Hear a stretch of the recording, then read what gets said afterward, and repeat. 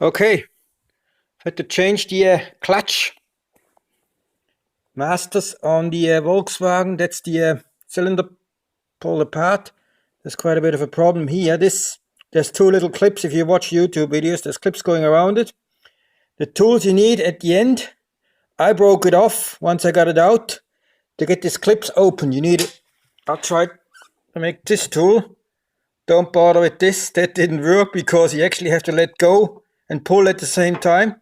So I made this tool, and it's only a one-time use tool. I really need to buy me a proper one, but it takes about a month for a tool like this from China to arrive.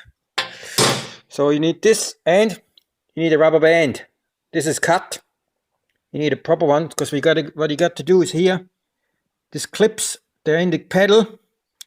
Once you have to put them back in, it's a nightmare. You have to put the clips on, and then you got to wrap this rubber band around it to hold it in place. Then you push it in, and then you got to take this off again without the clips falling apart. So what you then do is, once you got it in there,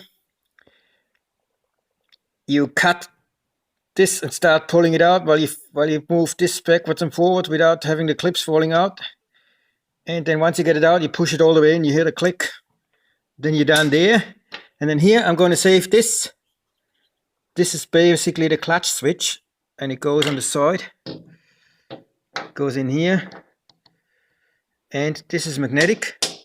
So what it's doing, it goes backwards and forwards, and the ECU detects the magnetic field going past it. So you push the clutch, goes in, then you can start the car. Out, you can't start. This is the clutch detection mechanism right here. Magnetic. And now I bought it from Rock Auto.